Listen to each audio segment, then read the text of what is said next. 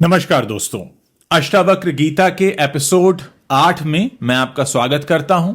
आप ये तो जानते ही हैं कि अष्टावक्र गीता की इस श्रृंखला में हम अब तक 14 श्लोक हैं जिन्हें हम पढ़ चुके हैं। आज 15वें और 16वें श्लोक में जाने से पहले एक बार हम पूरी यात्रा पर नजर डाल लेते हैं। साथ ही आपसे पूछ लेते हैं कि क्या आपने मेरे चैनल को सब्सक्राइब कर लिया है, ताकि आगे आने वाले जो एपिसोड्स हैं वो आपसे छूटे नहीं, और साथ ही जो पहले एपिसोड हो चुके हैं वो भी आप उन्हें अच्छे से देख सकें। तो चलिए पहले एपिसोड की आपको याद दिलाते हैं। पहले एपिसोड में जनक ने 3 सवाल पूछे और अष्टावक्र ने कहा, विषयों को विष की तरह छोड़ो, 5 गुणों को अमृत की तरह जियो, और दूसरे में कहा तुम शरीर नहीं साक्षी हो, तीसरे में कर्तापन का अहंकार जहर है, तुम शुद्ध चेतना हो, चौथे में जगत रस्सी में सांप की तरह भ्रम है, और जैसी सोच वैसी दशा की बात उन्होंने कही थी। 5वें एपिसोड में जनक ने पहली बार अपने स्वरूप को पहचाना। अहो, मैं तो निर्मल शांत बोध स्वरूप हूं। छठी में उन्होंने कहा, मैं अनंत समुद्र हूं, जगत मुझ में लहर की तरह उठता गिरता है, पर मुझे कोई फर्क नहीं पड़ता। और 7वें एपिसोड में उन्होंने गहरी बात कही, सब एक ही समुद्र की लहरें हैं, कोई पराया नहीं, सारा भेद एक भ्रम है।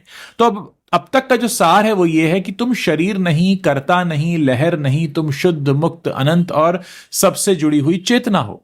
अब तक जनक ने अपने स्वरूप की विराटता को जाना और सबके साथ अपनी एकता को पहचाना। आज वो एक बहुत ही व्यावहारिक और गहरी बात कहते हैं कि ये सारा संसार, ये सारा बंधन असल में हमारी आपसी सोच में है, बाहर कहीं नहीं।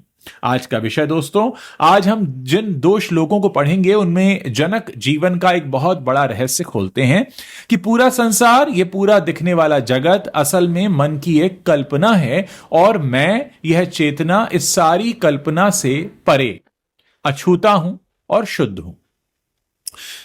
दोस्तों, ये अद्वैत का शिखर है और इसमें हमारे रोज के तनाव, हमारी उलझनों, हमारे मन के बनाए हुए जालों से निकलने का बहुत गहरा रास्ता इसमें छिपा हुआ है। तो आइए धीरे धीरे इसमें उतरते हैं और जानने की कोशिश करते हैं कि राजा जनक ने अष्टावक्र की इस गीता यात्रा में और क्या क्या सीखा। लेकिन एक जरूरी बात श्लोक को शुरू करने से पहले, एक बहुत सुंदर उदाहरण है। सोने से कई तरह के गहने बनते हैं। कोई अंगूठी बनती है, कोई हार, कोई कंगन, कोई कुंडल। हर गहने का नाम अलग, आकार अलग, इस्तेमाल अलग, कीमत अलग, सब कुछ अलग होता है। एक दुकान में सैकड़ों तरह के गहने रखे होते हैं और वे सब एक दूसरे से बिल्कुल अलग दिखते हैं। पर जरा सोचिए, ये सब बने किस चीज से हैं? एक ही चीज, सोने से। अंगूठी भी सोना है, हार भी सोना है, कंगन भी सोना है। नाम और आकार बस इनके अलग दिए गए हैं, पर मूल तत्व एक ही है, सोना, गोल्ड। अगर आप सिर्फ नाम और आकार देखें तो आपको 1000 अलग अलग चीजें दिखेंगी, पर अगर आप सोने को देखें तो सब एक ही दिखेगा। गहने आते जाते रहते हैं, गलते बनते रहते हैं, पर सोना वहीं रहता है। अष्टावक्र गीता में जनक आज यही कहने वाले हैं। यह सारा नाम रूप वाला संसार गहनों की तरह है और वह मूल चेतना सोने की तरह है।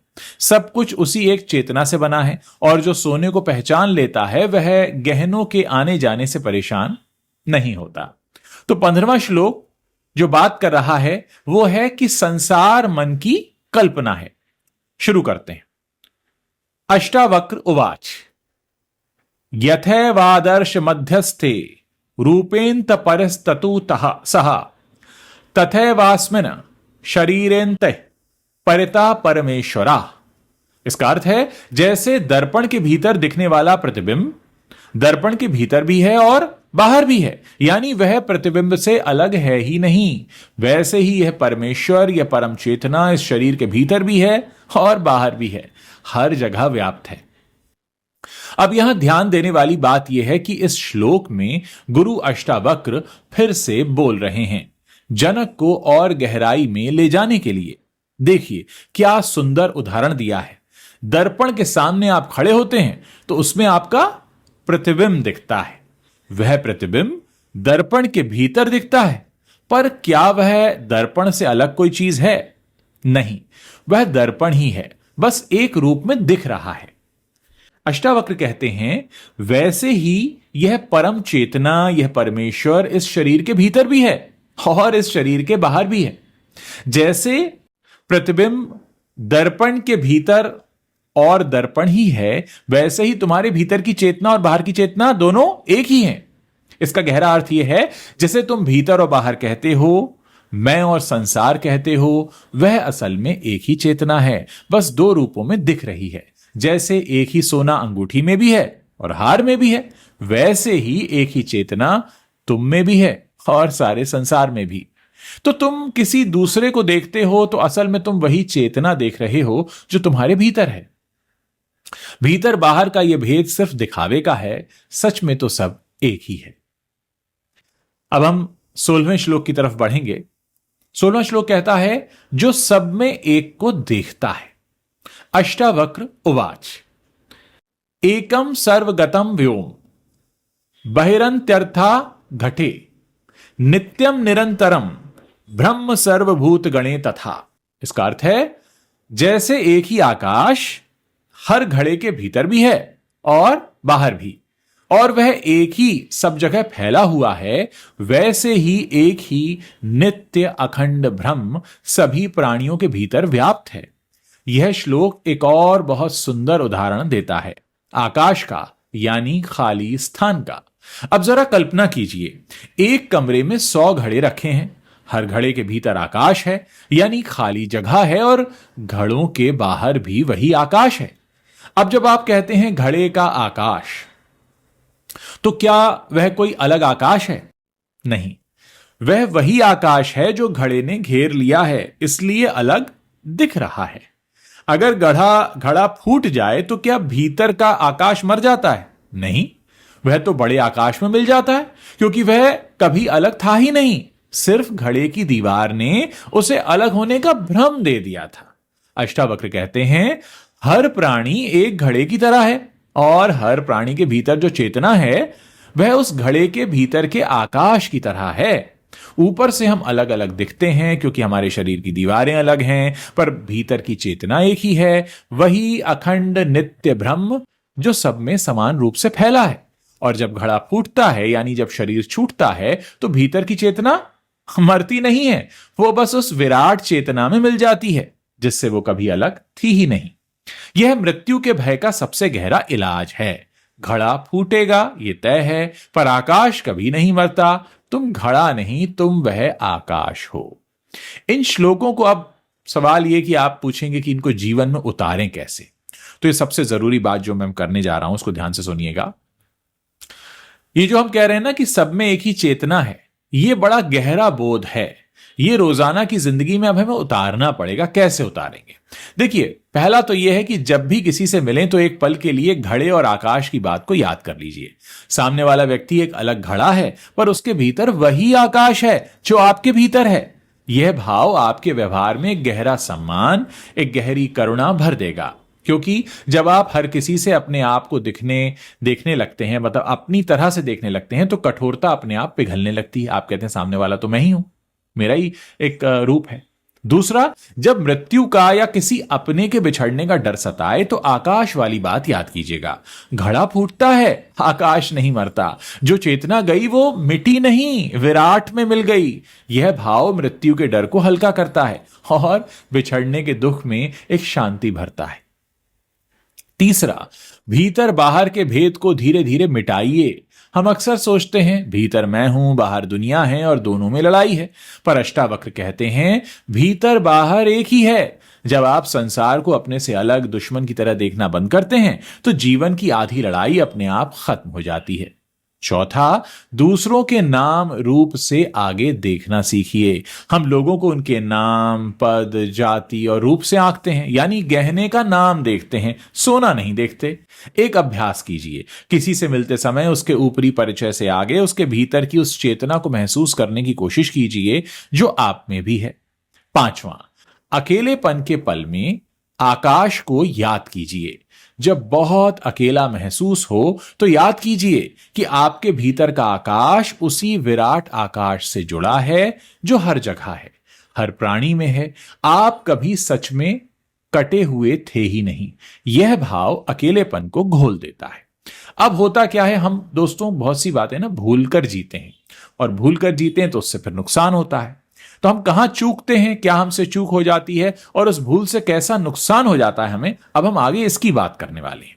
तो पहली भूल हमारी क्या होती है, हम सिर्फ नाम रूप देखते हैं, भीतर का सोना देखते ही नहीं। हम लोगों को उनके ऊपरी आवरण से, कवर से आंकते हैं, कौन अमीर है, कौन गरीब है, कौन बड़ा है, कौन छोटा है।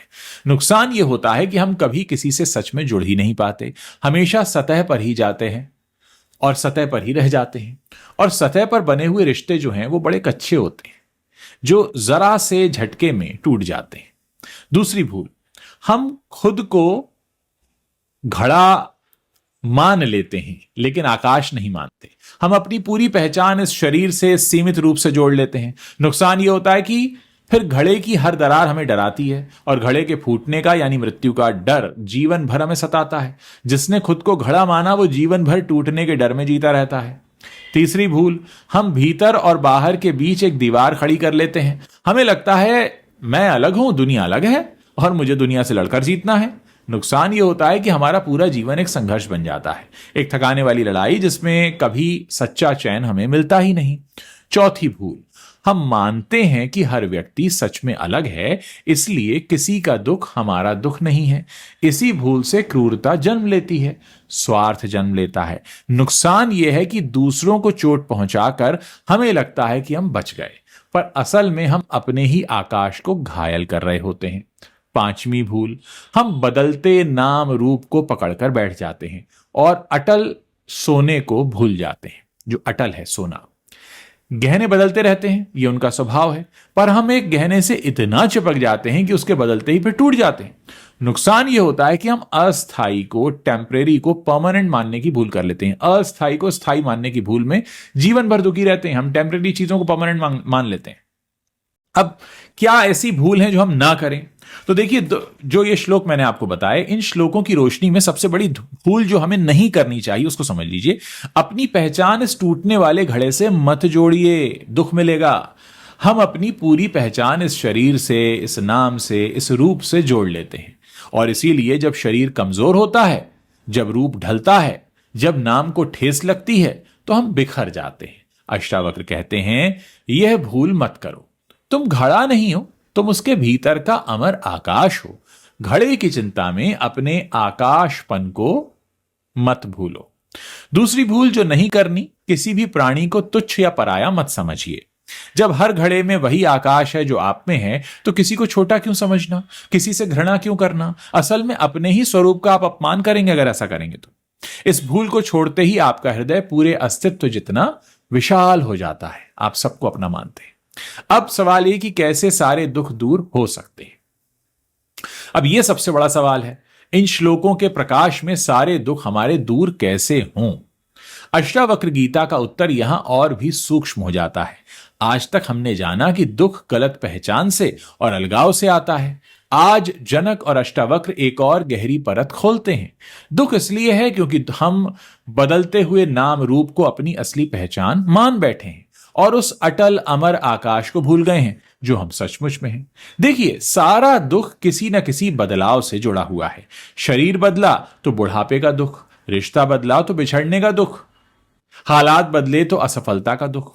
और यह सब इसलिए दुख देता है क्योंकि हमने अपनी पहचान इन बदलती हुई चीजों, इन गहनों, इन घड़ों से जोड़कर रखी हुई है। जो बदलता है उससे जुड़ोगे तो दुख निश्चित है, क्योंकि जो बदलता है वो तो एक दिन बदलेगा। जब वो नहीं रहेगा तो दुख होगा। पर जिस पल आप अपनी पहचान उस अटल सोने से, उस अमर आकाश से जोड़ लेते हैं, दुख की जड़ ही कट जाती है। क्योंकि सोना कभी बदलता नहीं, आकाश कभी मरता नहीं। गहने तो बनते बिगड़ते रहते हैं, सोना वही रहता है। घड़े फूटते रहते हैं, आकाश अछूता रहता है। जो इस अपरिवर्तनशील स्वरूप में स्थित हो जाता है, उसे संसार के किसी भी बदलाव से कोई दुख नहीं होता। और एक बात, जब आप जान लेते हैं कि सच में सभी में वही एक चेतना है, तो दुख देने वाला और दुख पाने वाला दोनों एक हो जाते हैं। फिर किससे शिकायत, किससे बैर? ये एकता का बोध ही सारी शिकायतों को, सारे बैर को और इस तरह सारे दुखों को घोल देता है। तो सारे दुख दूर होने का रास्ता है, बदलते से पहचान हटाइए, अटल में स्थित हो जाइए जो स्थिर है। नाम रूप के पार उस एक चेतना को पहचान लेना जो न बदलती है, न मरती है और जो सब में समान रूप से बसी हुई है। ऐसा करके आप अपने जीवन में खुशियों को आमंत्रित कर लेते हैं, सुख को आमंत्रित कर लेते हैं, संतोष को आमंत्रित कर लेते हैं। अब आप ये भी समझ लीजिए दोस्तों कि ये जो बात हम कह रहे हैं ये आज के युग में इतना समझना इसके लिए जरूरी क्यों, हम आज बैठकर इसकी बातें क्यों कर रहे हैं। देखिए, आज का पूरा युग नाम रूप की पूजा करने वाला युग है। बाहरी रूप, बाहरी छवि, बाहरी पहचान, आज इंसान की पूरी कीमत इसी पर टिका दी गई है। कौन कैसा दिखता है, कौन क्या पहनता है, किसके पास क्या है, बस यही सब देखा जाता है। और इसी वजह से आज हर इंसान अपनी छवि को लेकर, अपने रूप को लेकर पहले से कहीं ज्यादा असुरक्षित और परेशान है। अष्टावक्र का यह सोने और गहने वाला बोध आज की सबसे बड़ी दवा है। यह हमें याद दिलाता है कि तुम्हारी असली कीमत गहने में नहीं है, सोने में है। तुम्हारा जो बाहरी रूप है वो नहीं, बल्कि भीतर के उस चेतना को पहचानो जो तुम हो, वही अनमोल और अमर है। अगर आज का एक इंसान भी ये समझ ले तो उसकी आधी असुरक्षा उसी क्षण गिर जाएगी। आज मृत्यु का भय भी पहले से गहरा हो गया है, क्योंकि यह युग शरीर और जवानी की पूजा करता है। अष्टावक्र का आकाश वाला बोध इस भय का सबसे गहरा इलाज है। घड़ा फूटेगा पर आकाश अमर है, तुम आकाश हो। और आज के इस बंटे हुए भेदभाव भरे युग में यह सब में एक ही चेतना है वाला संदेश एकता का सबसे बड़ा आधार है। जब हर इंसान में वही आकाश दिखने लगे तो जाति, धर्म, ऊंच नीच की सारी दीवारें अपने आप अर्थहीन हो जाती हैं। इसीलिए यह ग्रंथ आज की सबसे बड़ी जरूरत है। यह हमें बाहरी रूप की गुलामी से निकालकर भीतर के अमर सत्य तक ले जाता है और पूरे अस्तित्व को एक परिवार की तरह हमें देखना सिखाता है। कहा भी गया है, वसुधैव कुटुंबकम, संपूर्ण विश्व ही एक परिवार है हमारा। तो दोस्तों, आज के इन 2 श्लोकों का सार मैं आपके सामने एक बार फिर से दोहरा रहा हूं आसान और सरल भाषा में, जिससे आप इसे समझ सकें। देखिए, 15वें श्लोक में कहा गया, जैसे दर्पण का प्रतिबिंब दर्पण से अलग नहीं है, वैसे ही यह परम चेतना शरीर के भीतर भी है और बाहर भी है। हर जगह ये एक ही है। और 16वें श्लोक में कहा गया, जैसे एक ही आकाश हर घड़े के भीतर और बाहर है, वैसे ही एक ही अखंड ब्रह्म सभी प्राणियों में व्याप्त है। तो पूरी बात अगर एक वाक्य में समझनी हो तो यह है कि तुम गहना नहीं हो, तुम सोना हो। तुम घड़ा नहीं हो, आकाश हो। और वही सोना, वही आकाश हर किसी के भीतर है। अगले एपिसोड में हम आगे के श्लोकों की ओर बढ़ेंगे, जहां अष्टावक्र इस बोध से उपजने वाली उस अद्भुत शांति और आनंद की बात करेंगे जो इस सत्य में स्थित व्यक्ति के जीवन में उतरता है। इसके बारे में अगली बार बात करेंगे। अगर आज की बातचीत आपको कुछ दे गई हो तो इसे कम से कम 4 लोगों तक जरूर पहुंचाइए जो आज अपने बाहरी रूप को लेकर बड़े असुरक्षित महसूस करते हैं या मृत्यु और बिछुड़ने के भय से जूझ रहे हैं। हो सकता है ये एक बात उन्हें उनका अमर आकाश याद दिला दे। और इस चैनल को सब्सक्राइब कीजिए। हम लगातार आपके बीच अष्टावक्र की ये सीरीज लेकर आ रहे हैं। आप दोस्तों, अष्टावक्र की ये बात भी याद रखिए कि तुम्हारा शरीर एक घड़ा है जो एक दिन फूटेगा, पर तुम घड़ा नहीं हो। तुम वह आकाश हो जो हर घड़े के भीतर दिखता है, हर घड़े के बाहर भी दिखता है, और जो कभी टूटता नहीं, कभी मिटता नहीं। बहुत बहुत शुक्रिया दोस्तों। उम्मीद करता हूं अष्टावक्र गीता की ये सीरीज आपको पसंद आ रही है और आप इसी तरह अपना प्रेम बनाकर रखेंगे, वीडियोस देखते रहेंगे, नीचे कमेंट करके हमें बताएंगे भी, साथ ही अपने दोस्तों के साथ शेयर करेंगे। जब भी आप कमेंट करें अपने साथ अपने शहर का नाम जरूर लिखिए। उम्मीद करता हूं कि आप इस जर्नी में अपने जीवन में एक नया बदलाव आता हुआ जरूर महसूस कर रहे होंगे।